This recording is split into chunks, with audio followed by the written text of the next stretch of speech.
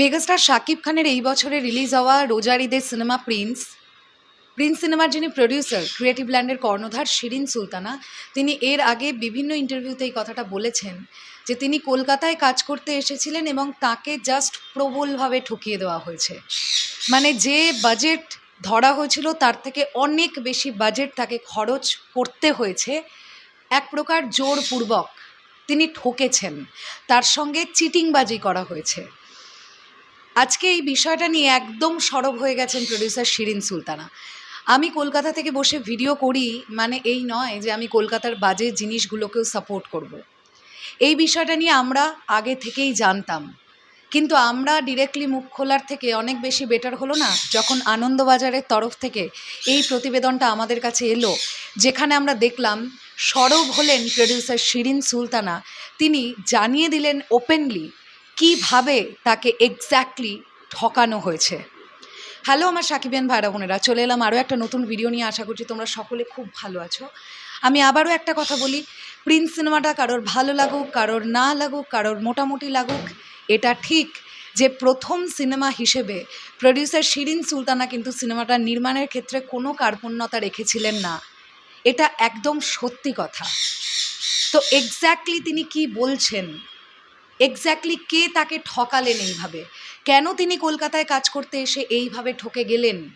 এর আগেও তো মেগাস্টার শাকিব খানের বিভিন্ন সিনেমাগুলো কলকাতায় শ্যুট হয়েছে। আমরা তো তুফানের সময় তো দেখেছিলাম যে কলকাতায় শ্যুট হয়েছে। রিসেন্ট টাইমের বলছি বলে আমি তুফানের প্রসঙ্গটা তুললাম। তাহলে প্রিন্সের বেলাতেই কেন এমনটা হলো, কেন এইভাবে প্রডিউসার ঠকে গেলেন? চলুন আমরা দেখি তিনি কি বলছেন। আনন্দবাজারের তরফ থেকে একটি প্রতিবেদন আজকে বেরিয়েছে, এটা হচ্ছে সেই প্রতিবেদনটা। আমি পড়ি, আপনারাও জানুন ডেফিনেটলি যে এক্স্যাক্টলি কী হয়েছিল। বেশি পারিশ্রমিক দাবি, সাকিবকে ডাক সুরুচির সঙ্গে, স্বরূপের বিরুদ্ধে অভিযোগ বাংলাদেশি প্রযোজকের। নতুন সরকারের কাছে প্রযোজক শিরিন সুলতানার আর্জি, এমন পরিবেশ তৈরি করে দিন যাতে আগামী দিনে ভারত বাংলাদেশ সম্পর্ক মজবুত হয়।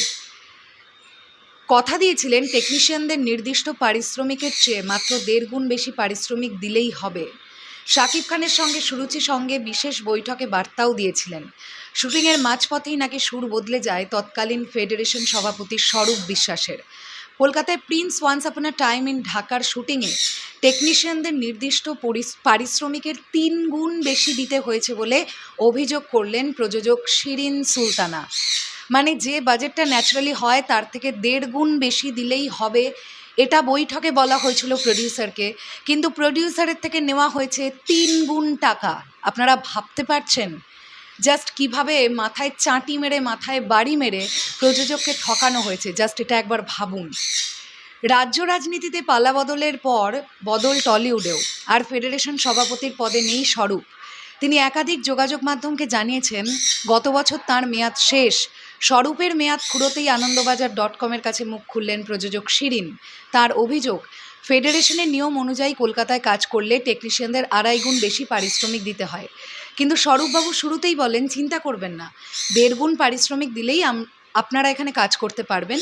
আমরা চাই দুই দেশের মধ্যে আরও কাজ হোক। আমরা ভারত সরকারের থেকে উত্তরপ্রদেশের লখনৌ সহ নানান জায়গায় শুটিংয়ের অনুমতি পেয়েছিলাম। স্বরূপবাবু আশ্বাস দিয়ে জানান কোথাও যেতে হবে না, কলকাতায় আমরা স্বাচ্ছন্দ্যে কাজ করতে পারি। স্বরূপের ব্যবহারে সেদিন আপ্লুত ছিলেন প্রযোজক শিরিন। তিনি আরও বলেন, স্বরূপবাবু শাকিব খানকে সুরুচির সঙ্গে আমন্ত্রণ জানিয়েছিলেন, আমাদের বলেছিলেন বিশেষ বৈঠক করব, এতে দুই দেশের কাজের সম্ভাবনা বাড়বে। শুনে শাকিব ভাইও রাজি।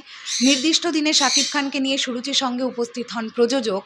স্বরূপ নাকি লোক মারফত জানান তিনি জরুরি বৈঠকে ব্যস্ত, ফিরিয়ে দেন শাকিব খানকে। এখানেই শেষ নয়, শিরিনের আরও অভিযোগ, এরপরেই স্বরূপবাবু হঠাৎ একদিন ফোন করে জানান 3 গুণ বেশি পারিশ্রমিক দিতে হবে টেকনিশিয়ানদের, নইলে কাজ বন্ধ। ততদিনে 10 দিনের শুটিং হয়ে গিয়েছে। শুনে মাথায় হাত পড়ে গিয়েছিল প্রযোজক শিরিনের। তিনি ছবির কলকাতার এক্সিকিউটিভ প্রডিউসার অরিন্দম দাসকে নিয়ে তড়িঘড়ি স্বরূপের অফিসে যান। এদেশে 2.5 গুণ বেশি পারিশ্রমিকের নিয়মের কথা উল্লেখ করেন অরিন্দম। এক্সিকিউটিভ প্রডিউসারের অভিযোগ, আমায় স্বরূপদা হুমকি দিয়ে বলেন, তুমি তো কলকাতাতে অন্য ছবির কাজও করবে, চুপচাপ থাকো, নইলে ব্যান হয়ে যাবে। শেষে 3 গুণ বেশি পারিশ্রমিক দিয়েই শুটিং শেষ করেন প্রযোজক। তার কথায় খরচ বেড়ে যাচ্ছে জানিয়ে স্বরূপবাবুর কাছে অনেক অভিযোগ ও অনুরোধ জানিয়েছিলাম, তিনি কখনোই কানেই তোলেননি। বিষয়টি নিয়ে তাই নতুন সরকারের দ্বারস্থ হওয়ার কথা ভাবছেন প্রিন্স ছবির প্রযোজক। ইতিমধ্যেই বিষয়টি জানানো হয়েছে টলিউডের বর্তমান দায়িত্বপ্রাপ্তদের মধ্যে অন্যতম রুদ্রনীল ঘোষকে। নতুন সরকারের কাছে প্রযোজক শিরিন সুলতানার আর্জি, এমন পরিবেশ তৈরি করে দিন যাতে আগামী দিনে ভারত বাংলাদেশের সম্পর্ক মজবুত হয়। স্বরূপবাবুর মতো মানুষেরা আদতেও দুই বাংলার শত্রু। আমরা আরও বেশি করে ভারতে এসে কাজ করতে চাই। বিষয়টি সবিস্তারে জানতে স্বরূপ ও রুদ্রনীল উভয়ের সঙ্গেই যোগাযোগ করা হয়েছিল।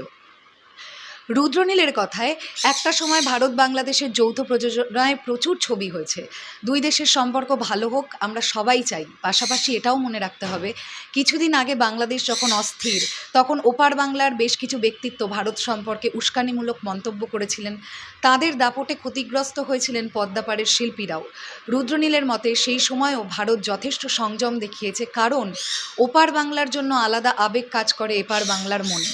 তারপরেও বিষয়টি আন্তর্জাতিক। ভারতে কাজ করা নিয়ে সিদ্ধান্ত নিতে পারে দুই দেশের শীর্ষ নেতৃত্ব, মনে করিয়ে দেন বিজেপি অভিনেতা বিধায়ক।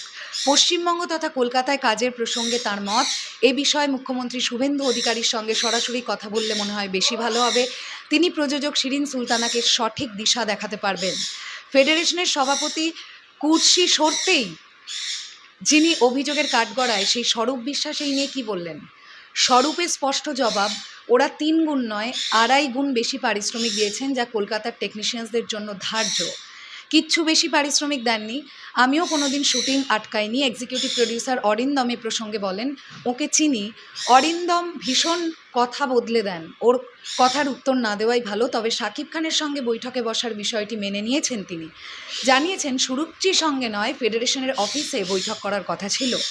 আগামী দিনে বাংলাদেশের ছবি শুটিং যাতে আরও বেশি করে কলকাতায় হয়, তার একটি দীর্ঘমেয়াদী পরিকল্পনার জন্যই তিনি বৈঠকের আমন্ত্রণ জানিয়েছিলেন।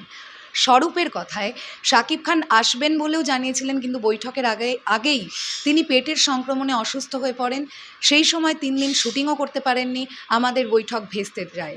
ফেডারেশনের প্রাক্তন সভাপতির পাল্টা অনুযোগ কুর্সিতে নেই। এখন অনেকেই বিস্তর অভিযোগ জানাবেন আমার বিরুদ্ধে। তাহলে আমরা কিন্তু প্রতিটা পক্ষের কথাই জানতে পারলাম। প্রযোজক শিরিন সুলতানা, তার বক্তব্য জানতে পারলাম। তার বক্তব্য অনুযায়ী মেগাস্টার শাকিব খান কলকাতায় এসেছিলেন, স্বরূপ বিশ্বাস ফিরিয়ে দিয়েছিলেন তিনি অন্য বৈঠকে ব্যস্ত বলে। অন্যদিকে এখানে এক্সিকিউটিভ প্রডিউসার অরিন্দম দাসের কথা উঠে আসছে, পুরোটাই আমাদের কাছে প্রতিবেদনে একদম পরিষ্কার হয়ে গেল। আর এসব শোনার পরে স্বরূপ বিশ্বাসের কী বক্তব্য, সেটা নিয়েও আমরা জানতে পারলাম। এখন পরিষ্কার কথাটা আমি আপনাদের বলি, স্বরূপ বিশ্বাসকে নিয়ে এখন টলিউড তোলপাড়।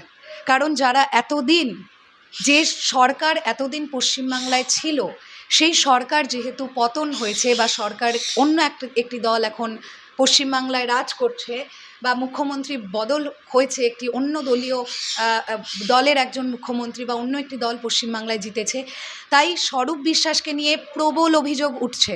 টলিউডের একের পর এক অ্যাক্টর, অ্যাক্ট্রেস, ডিরেক্টরস, প্রডিউসার্স প্রত্যেকে, অনেকেই স্বরূপ বিশ্বাসের বিরুদ্ধে প্রচুর অভিযোগ তুলছেন। এটা মিথ্যে কথা নয়।